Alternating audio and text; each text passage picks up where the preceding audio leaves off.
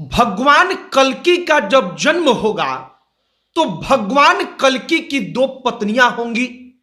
अब भगवान कल्कि की दो पत्नियां कौन होंगी तो उसके बारे में अधिकांश लोगों को पता है कि एक मां पद्मा और दूसरी होंगी मां वैष्णवी।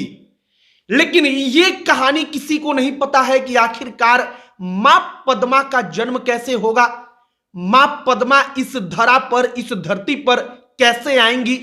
जैसे जब भगवान विष्णु का राम जी का अवतार हुआ तो जो लक्ष्मी माता थी वो सीता बनकर आई। जब भगवान विष्णु का कृष्ण का अवतार हुआ तो वहां पर लक्ष्मी माता राधा बनकर आई।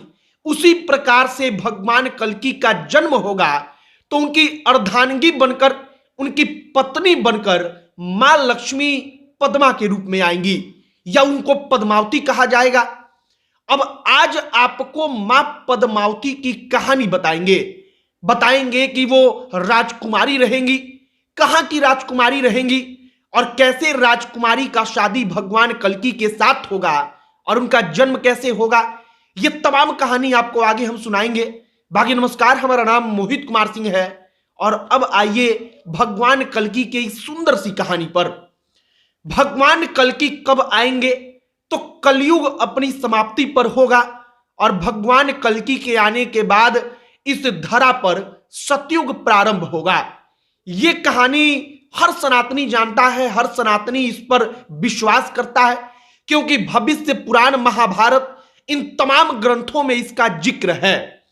अब हम बात करेंगे जो पत्नियां होंगी मां पद्मा और मां वैष्णवी, उसमें से मां पद्मा के बारे में। मां पद्मा के जन्म को लेकर कहा जाता है कि वो राजकुमारी रहेंगी। कहां की राजकुमारी?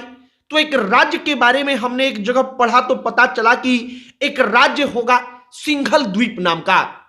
उस द्वीप पर जो मां पद्मा होंगी उनके माता पिता वहां के राजा होंगे, रानी होंगे और उन्हीं के द्वारा मां पद्मा पाली जाएंगी। अब मां पद्मा का जन्म कैसे होगा? अब जैसे आप गौर करेंगे तो पता चलेगा कि रामायण काल में जब मां सीता का जन्म हुआ तो मां सीता का जन्म किसी इंसान से नहीं हुआ बल्कि मां सीता का जन्म एक घड़े से हुआ। यह कहानी आप जानते हैं कि घड़ा जमीन में गड़ा हुआ था और उस घड़े से मां सीता का जन्म हुआ।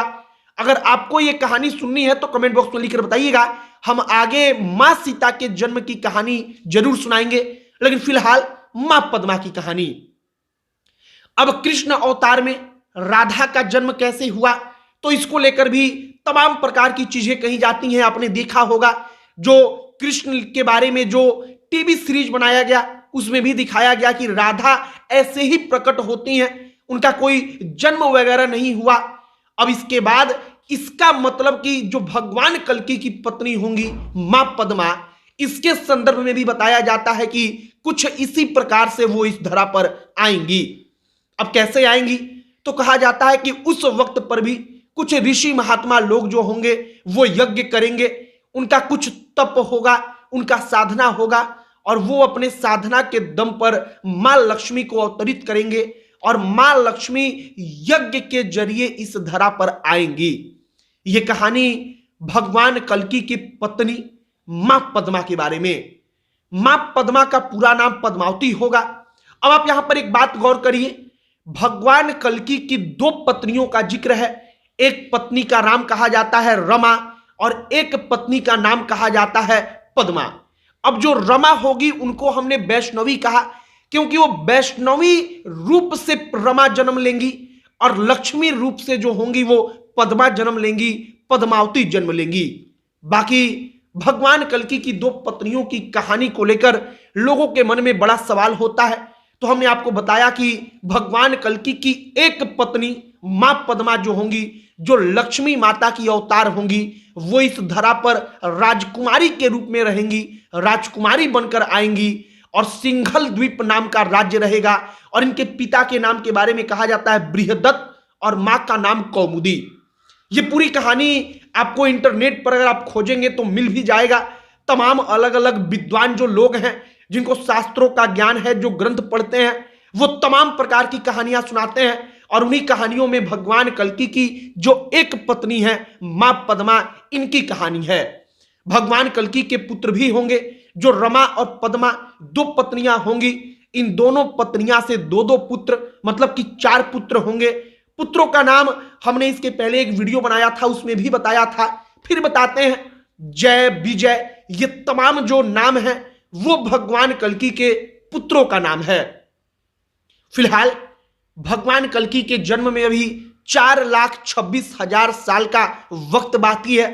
अब ये गणना कैसे की गई? तो ये गणना इस आधार पर की गई कि जो राजा परीक्षित थे उनके काल के बाद कलयुग का शुरुआत हुआ, और कलयुग का खत्म हुए या कलयुग के आए हुए अभी ज्यादा दिन नहीं बीता, और इस आधार पर गणना की जाती है कि अभी लगभग 4,26,000 साल बचा हुआ है। बाकी जो तमाम प्रकार की कहानियां भगवान कल्कि को लेकर चलती हैं, उसमें से ये कहानी थी भगवान कल्कि की पहली पत्नी मां पद्मा, लक्ष्मी रूपी मां पद्मा की। अगर आपको जो रमा पत्नी होंगी, दूसरी पत्नी वैष्णवी रूपी, उनकी भी कहानी जाननी है, उनका भी कहानी सुनना है, तो कमेंट बॉक्स में जरूर लिखकर बताइएगा। हम कोशिश करेंगे कि मां पद्मा के बाद मां रमा की कहानी भी आप तक पहुंचाई जाए।